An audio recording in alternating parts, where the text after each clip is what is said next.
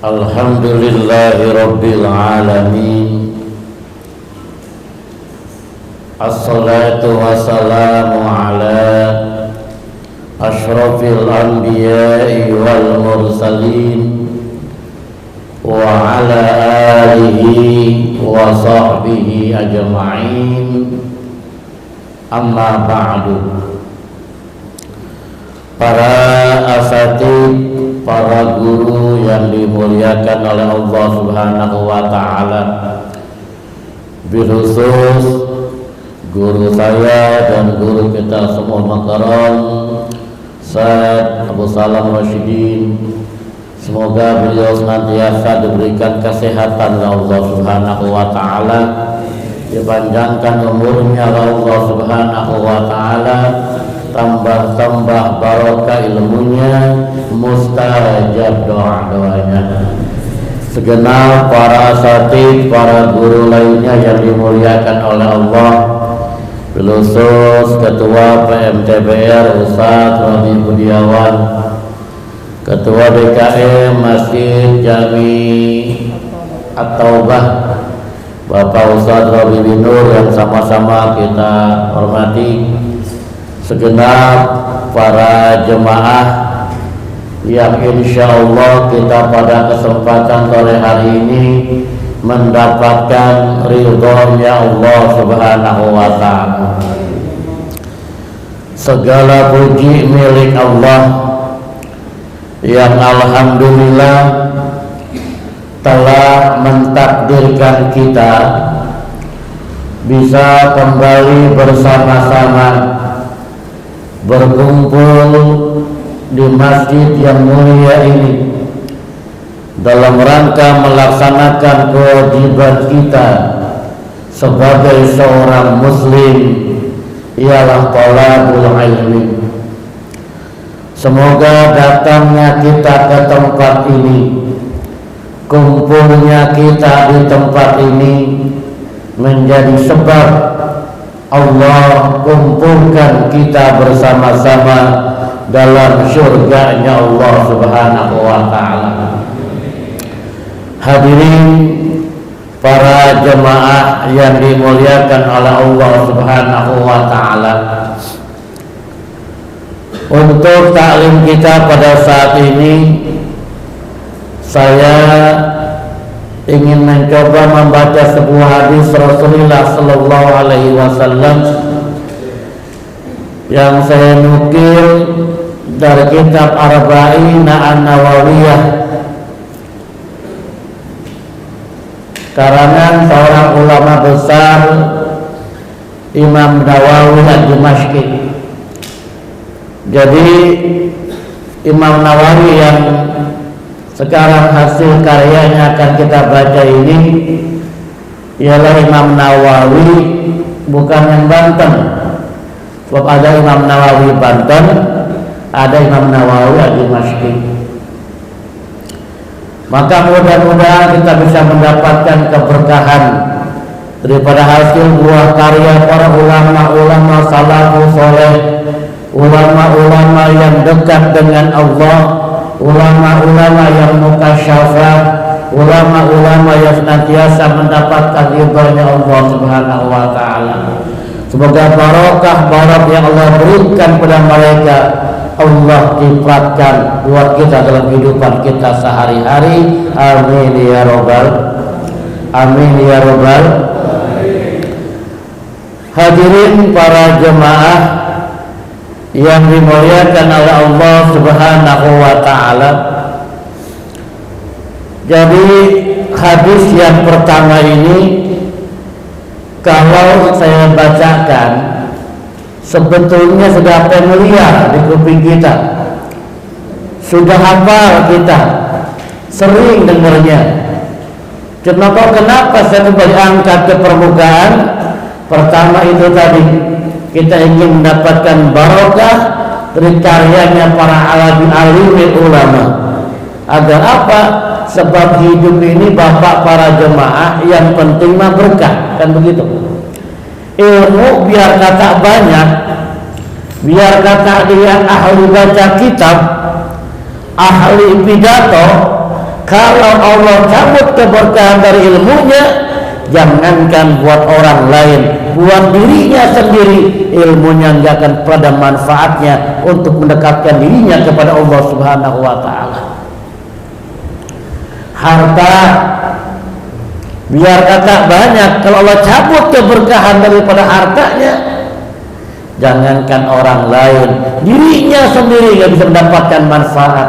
Hartanya yang ada justru akan membuat pemiliknya akan semakin jauh dari Allah Subhanahu wa Ta'ala. Harta yang dia miliki bukan membuat dia semakin dekat kepada Allah, tapi semakin jauh dan jauh. Kenapa? Karena hartanya tidak barokah. Nah, oleh karenanya para jemaah, dalam rangka itu saya membaca sebuah hadis dari kitab Arba'in An-Nawawiyah ini, artinya 40 hadis Imam Nawawi, ya. Karena memang beliau melandaskan kepada sebuah hadis Rasulullah Sallallahu Alaihi Wasallam, di mana Rasulullah bersabda, "Man hafadha ala ummati arba'ina hadisan min amri diniha ba'asallahu yawmal qiyamati fi jumratil fuqaha'i wal ulama." Wa fi riwayatin ba'asallahu faqihan. Wa fi riwayatin Abi Darda, wa kuntu lahu yawmal qiyamati syafi'an wa syahidan. Wa fi riwayatin Ibnu Mas'ud, qila lahu udkhul min ayyi abwabil jannati syi'ta. Wa fi riwayatin Ibnu Umar, kutiba fi jumratil ulama'i wa husyira fi jumratil syuhada. Para jemaah yang dimuliakan oleh Allah Subhanahu wa Ta'ala, jadi Imam Nawawi melandaskan kepada sebuah hadis, "Man hafadha ala ummati arba'ina hadisan." Barang siapa menghafal ala ummati arba'ina hadisan, atas umatku 40 hadis. Ada juga yang menerjemahkan barang siapa yang menghimpun daripada umatku 40 hadis yang kemudian dia sampaikan kepada umat, min amri diniha, daripada urusan agamanya yang berkaitan dengan kehidupan kita untuk menuju ridhonya Allah Subhanahu wa Ta'ala.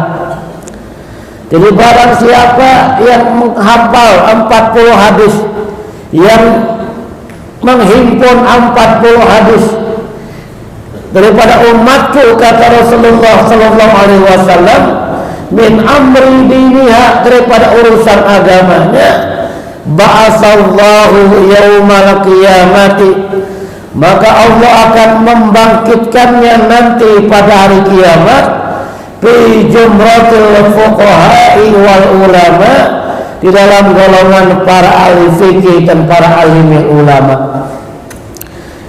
Itu para jemaah, ya. Jadi dia nanti akan dibangkitkan oleh Allah pada hari kiamat,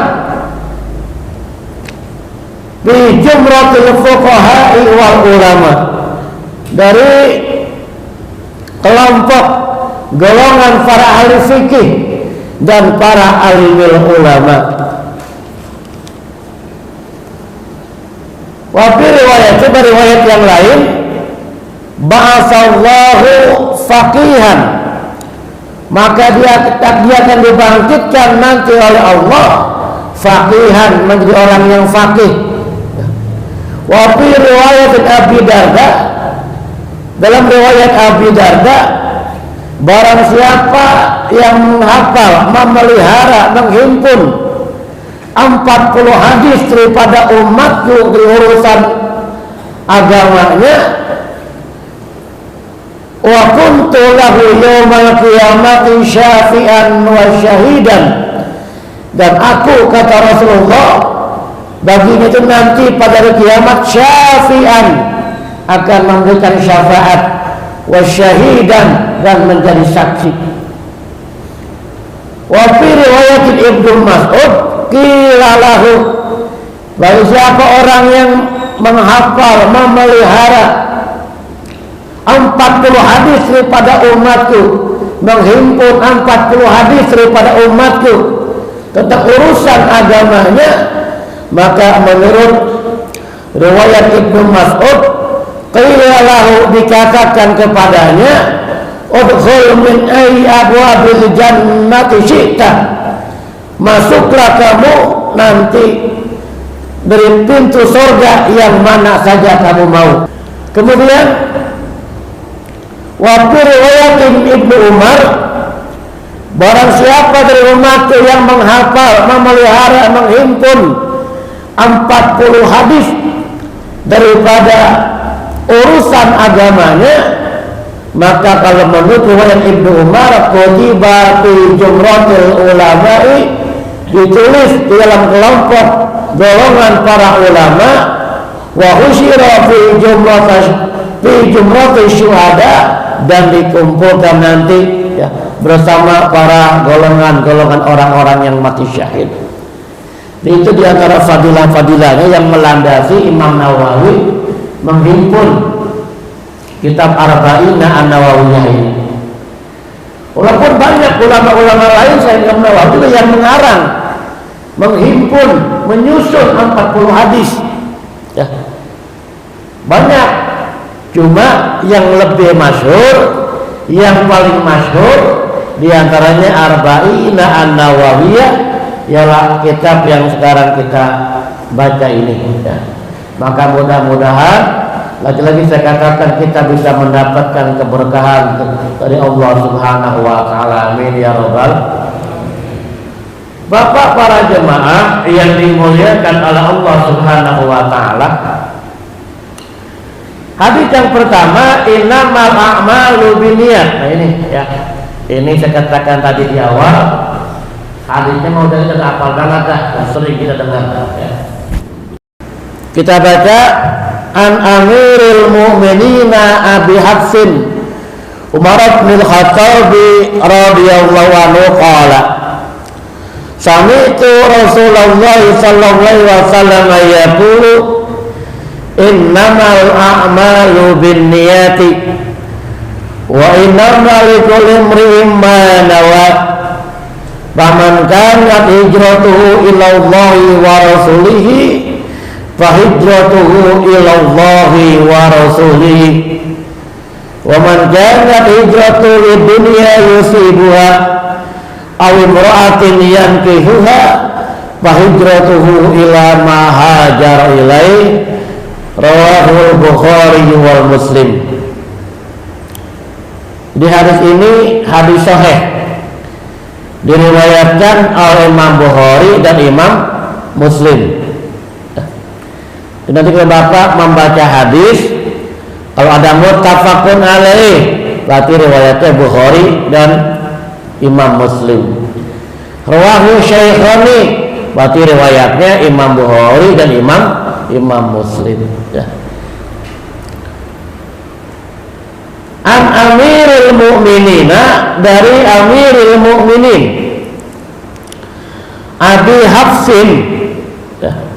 Ini Abi Hafsin ini ada yang mengartikan, menjelaskan orang yang gagah ya, yang perkasa.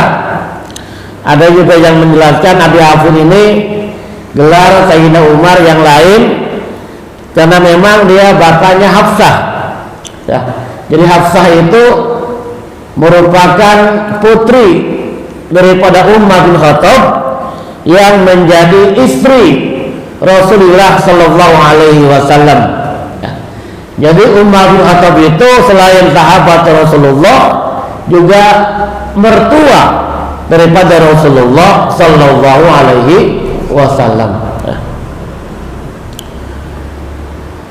An Amirul Mu'minin Abi Hafsin Umar bin Khattab qala, berkata, apa kata Sayyidina Umar?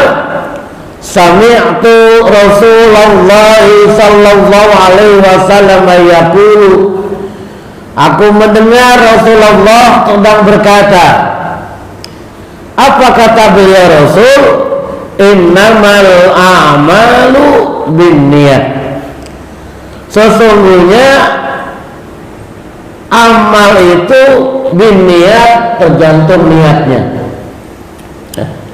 Hanyalah amal itu dengan niatnya. Jadi nih guru kita sering mengajari kitab-kitab fikih kepada beliau menjelaskan bahwa kalau tanpa niat ibadah, ya, itu nggak akan diterima oleh Allah Subhanahu Wa Taala. Seperti sholat, ya, kita puasa, maka tergantung niatnya itu. Sebagai pengesahan daripada ibadah kita, itu yang pertama dahsyatnya niat. Walaupun tidak semua ibadah menggunakan niat, ya, seperti kita mandiin jenazah, itu nggak pakai niat, nggak apa-apa, ya. Tapi ibadah-ibadah macam sholat, puasa, ya, maka itu pentingnya niat. Oke, saya nggak membahas dari segi fikih, nanti guru kita bagiannya yang menjelaskan, ya. Lalu yang selanjutnya, niat ini bukan hanya ketika kita pengesahan ibadah, tapi juga bagaimana motivasi ibadah kita tergantung niatnya. Ibadah yang sah, contoh ketika sholat, rukunnya benar, niatnya rapi, sah ibadahnya. Tapi belum tentu diterima oleh Allah Subhanahu Wa Taala. Kenapa? Motivasinya bagaimana? Nah, itu dahsyatnya niat. Motivasinya bagaimana? Salat kita, ya, rajin datang ke masjid, ya, subuh rajin, Jumatan jam 9 udah datang umpamanya, ya. Bagus gak itu? Bagus ya. Jam 9 udah datang ya. Berbuat masih gepel, udah nyampe ke masjid. Berpahala, tergantung niatnya juga. Kalau dia datangnya itu karena ibadah, bagus. Tapi kalau datang jam 9 ke masjid hanya mau pamer kain BHS-nya yang baru, nanti dulu. Umpamanya kain BHS 2 baru nih 2,5 juta, ya. Biar orang lihat gue datang duluan. Wah. Nah itu nih, bagaimana motivasi niat ibadah kita? Jangan sepelekan ya, dahsyatnya niat. Atau barangkali niatnya apa? Jam 9 udah datang ke masjid. Oh, depan masjid ada janda demplot umpamanya. Kali-kali kalau gua datang jam 9 mah, nah gitu. Kali-kali ditarik perhatian. Dia niatnya buat apa? Itu dahsyatnya niat. Jadi bukan hanya sekedar pengesahan ibadah, ya, tapi bagaimana motivasi ibadah kita menjadi apa? Meluruskan ibadah kita menjadi apa? Ini yang penting dalam niat itu. Berapa para jemaah yang dimuliakan oleh Allah Subhanahu Wa Taala, ya. Bahkan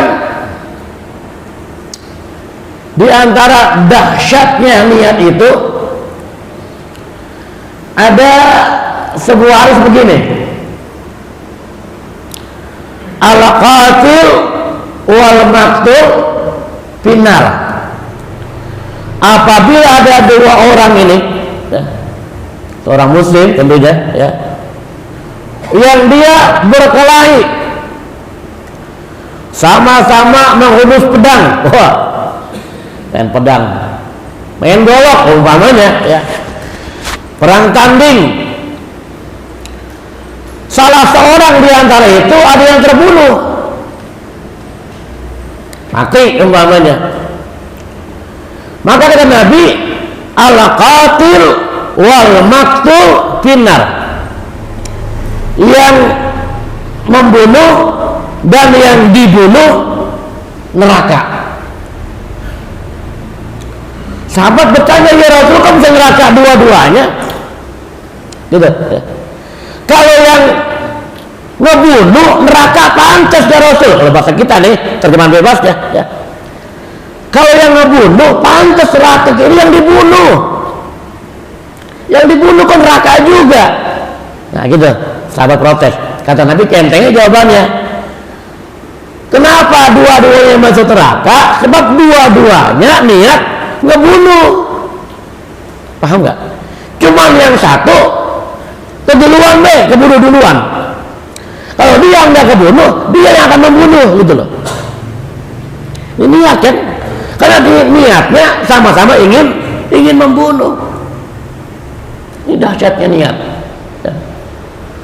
Makanya para jemaah yang dimuliakan oleh Allah Subhanahu wa taala, ya, niat ini teramat sangat penting dalam kehidupan kita. Meluruskan niat itu teramat sangat penting. Coba deh, bab amalan itu, amalan tanpa adanya niat sama aja apa? Badan tanpa ruh, gitu loh. Jasad tanpa ruh, tanpa adanya niat. Saya kemarin kasih contoh begini gampangnya. Bapak salat zuhur dengan salat asar berapa rakaat? 4 rakaat ya? 4 rakaat. Saya mau tanya, bacaannya sama nggak? Dari takbir ya, sampai salam, bacaannya sama nggak? Sama. Apa yang bikin beda? Niatnya. Yang bikin beda niatnya. Ini dahsyatnya niat para jemaah. Bahkan niat itu lebih hebat daripada amal. Kita nih ya. Ketika niat mengaji saja, subhanallah, subhanallah ya. Tiba-tiba kita nggak datang, saya pengen ngaji PMTBR umpamanya, tiba-tiba pas waktunya apa? Sakit umpamanya, kagak berangkat kita. Hati pengen banget ngaji. Dari asal gue niatin dah pokoknya, kau pengen ngaji nih. Tiba-tiba sakit, nggak berangkat kita. Hati menyesal, nggak bisa datang. Nah, ini untuk mendapat pahala ngaji kita. Ini dahsyatnya niat. Bagian pahalanya, kalau memang nggak datangnya karena ada ujur syar'i. Dan kita merasa memang misal nggak bisa datang gitu loh. Bukannya sengaja, gua nih ntar mau ngaji PMTBR begitu mau maghrib, malas banget ngopi di rumah dah.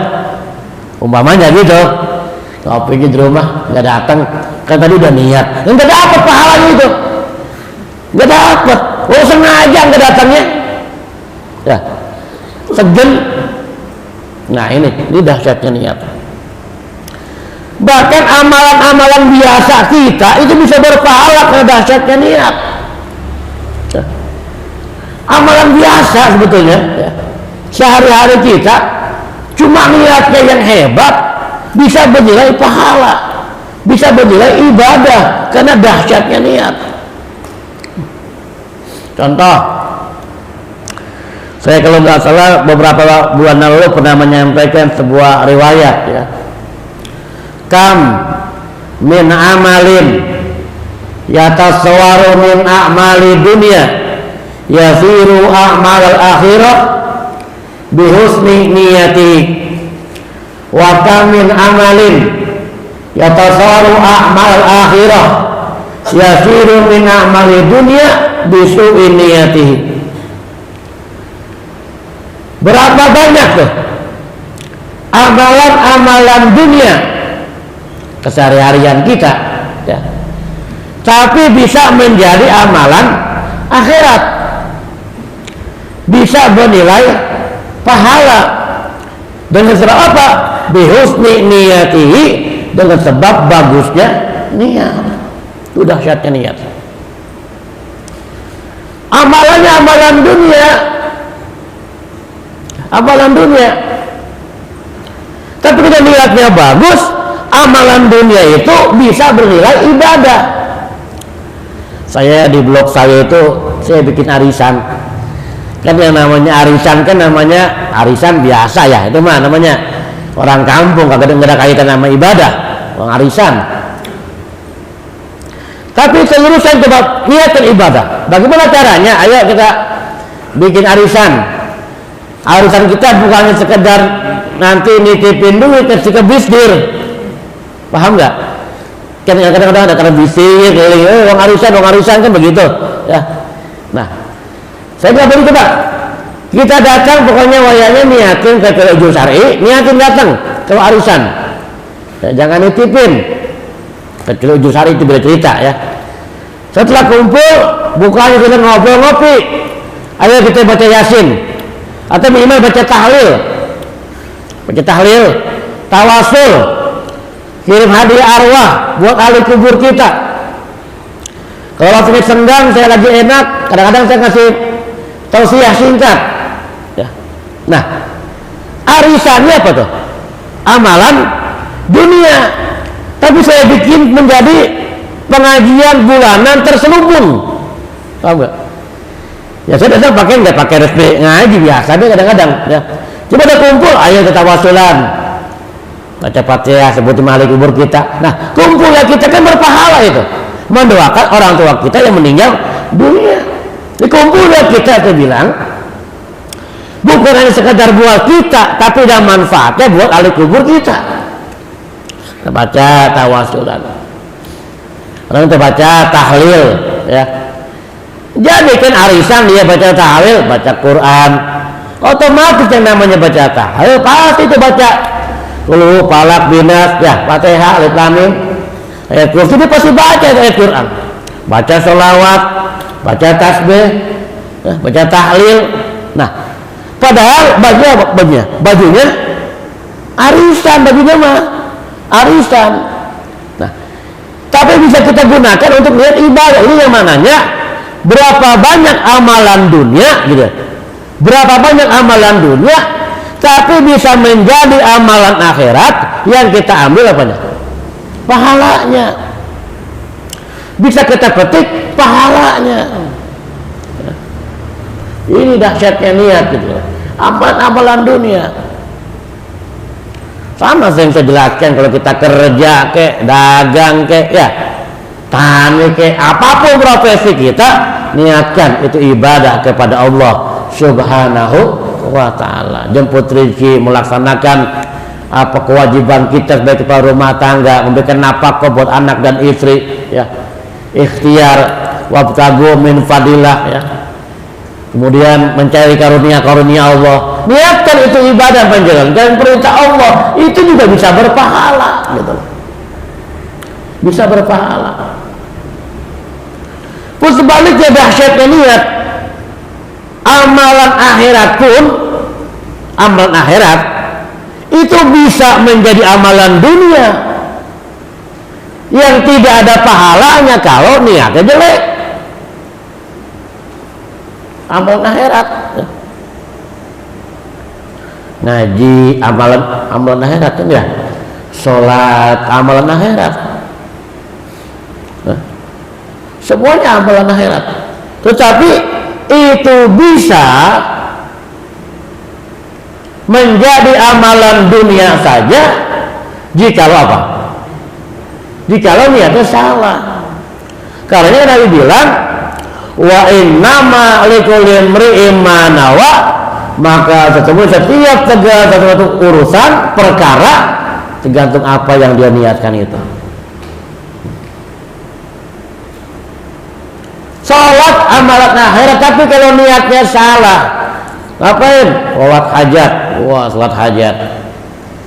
Apalagi tahajud, apa niatnya? Niatnya pokoknya itu biar janda itu naksir sama gua. Nah begitu tuh.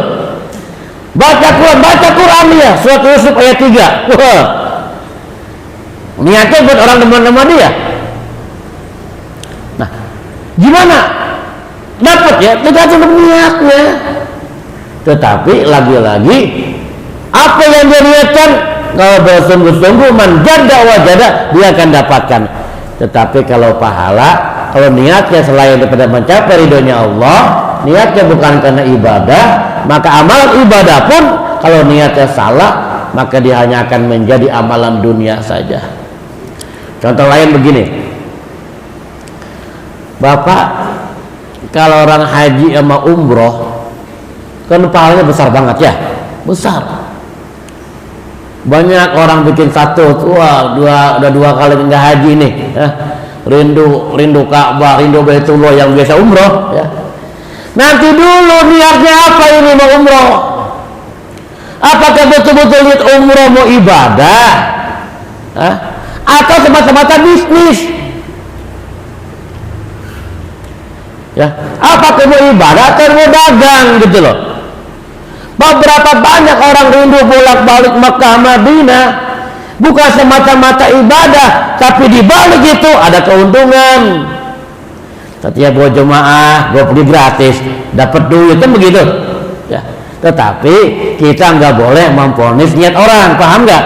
Ini cuma masalah niat mah yang tahu orang yang bersangkutan dengan Allah Subhanahu wa Ta'ala. Cuma kita hanya bilang berapa banyak amalan-amalan akhirat seperti umroh, ya, haji, sholat, baca Quran itu bisa hanya menjadi amalan dunia saja, ya.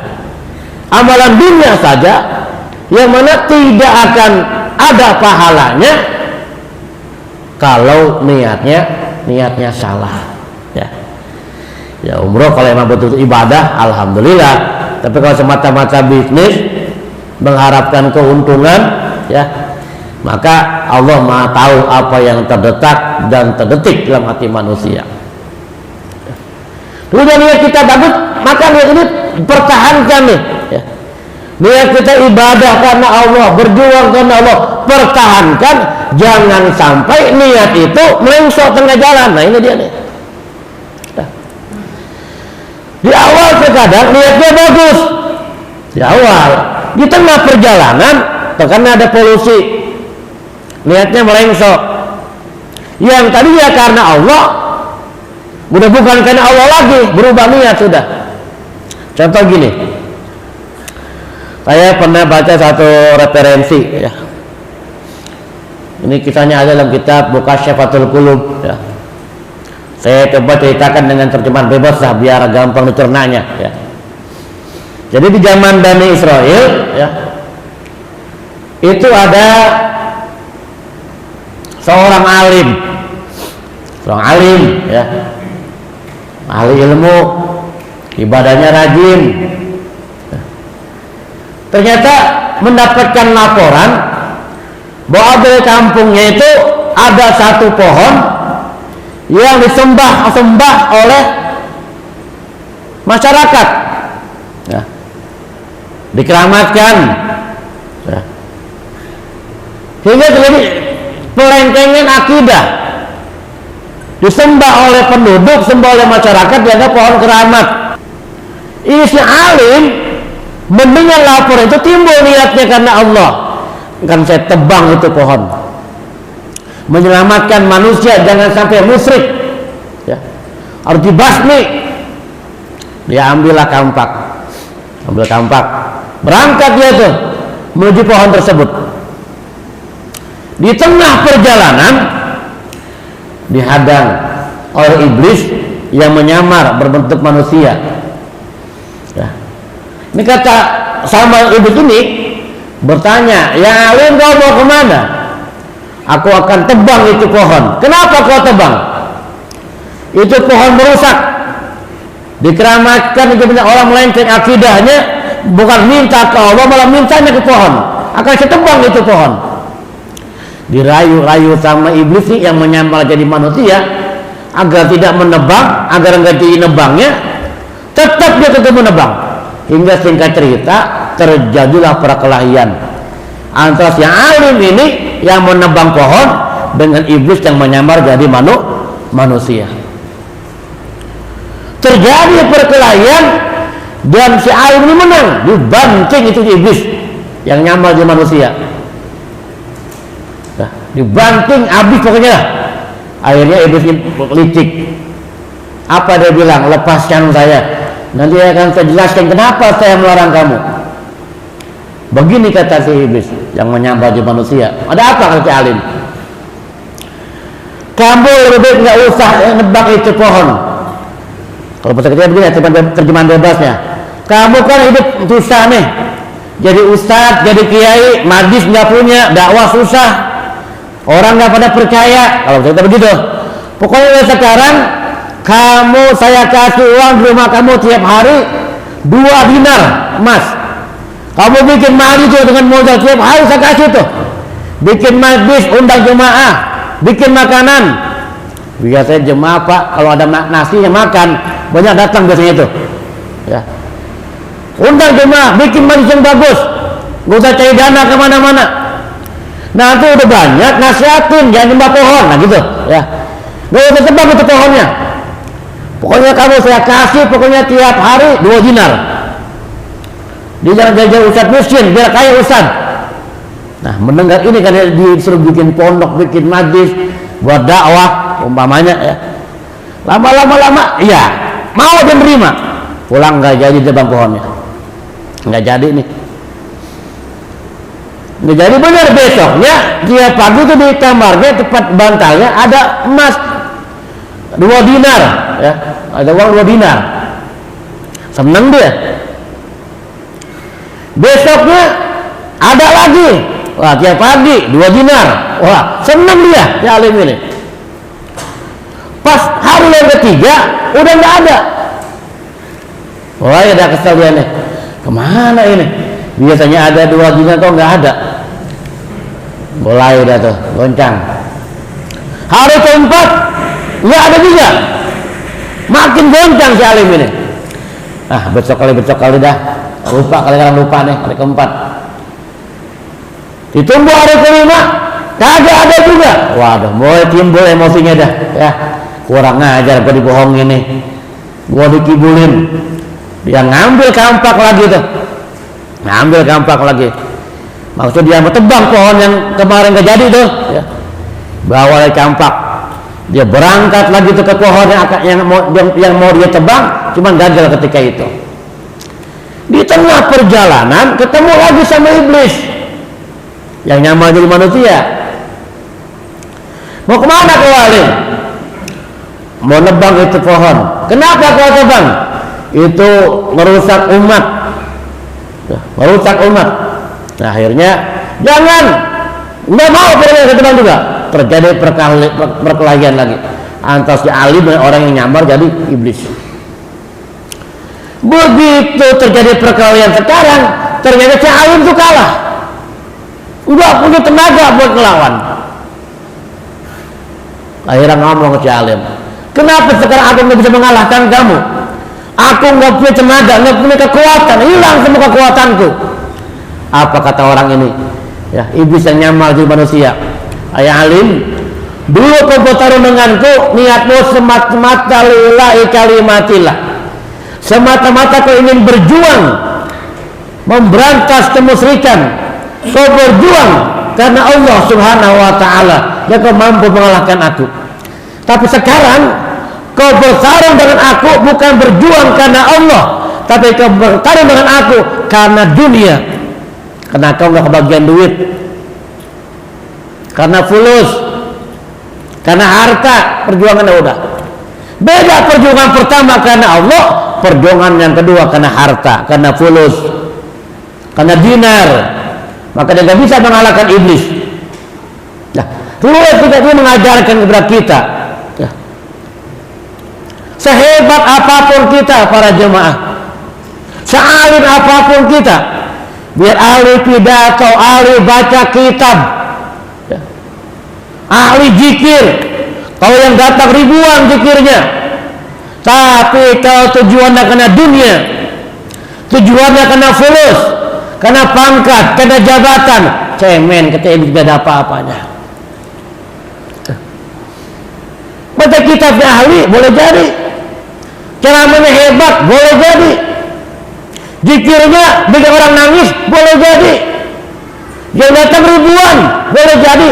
Tapi kalau tujuannya dunia, tujuannya pengaruh, tujuannya pangkat, tujuannya jabatan, maka kata iblis cemen, gak ada apa-apanya. Ini dahsyatnya niat para hadirin. Mudah-mudahan ya Bila kita senantiasa terus dijaga oleh Allah Subhanahu wa taala, diberikan kekuatan oleh Allah Subhanahu wa taala, termasuk kita memakmurkan nih pengajian PMCBR ya. Semoga nilai kita senantiasa dibela oleh Allah Subhanahu wa taala, diluruskan agar kita bisa berkumpul bersama-sama dalam surganya Allah Subhanahu wa taala. Hadirin, udah menjelang waktu Isya ya.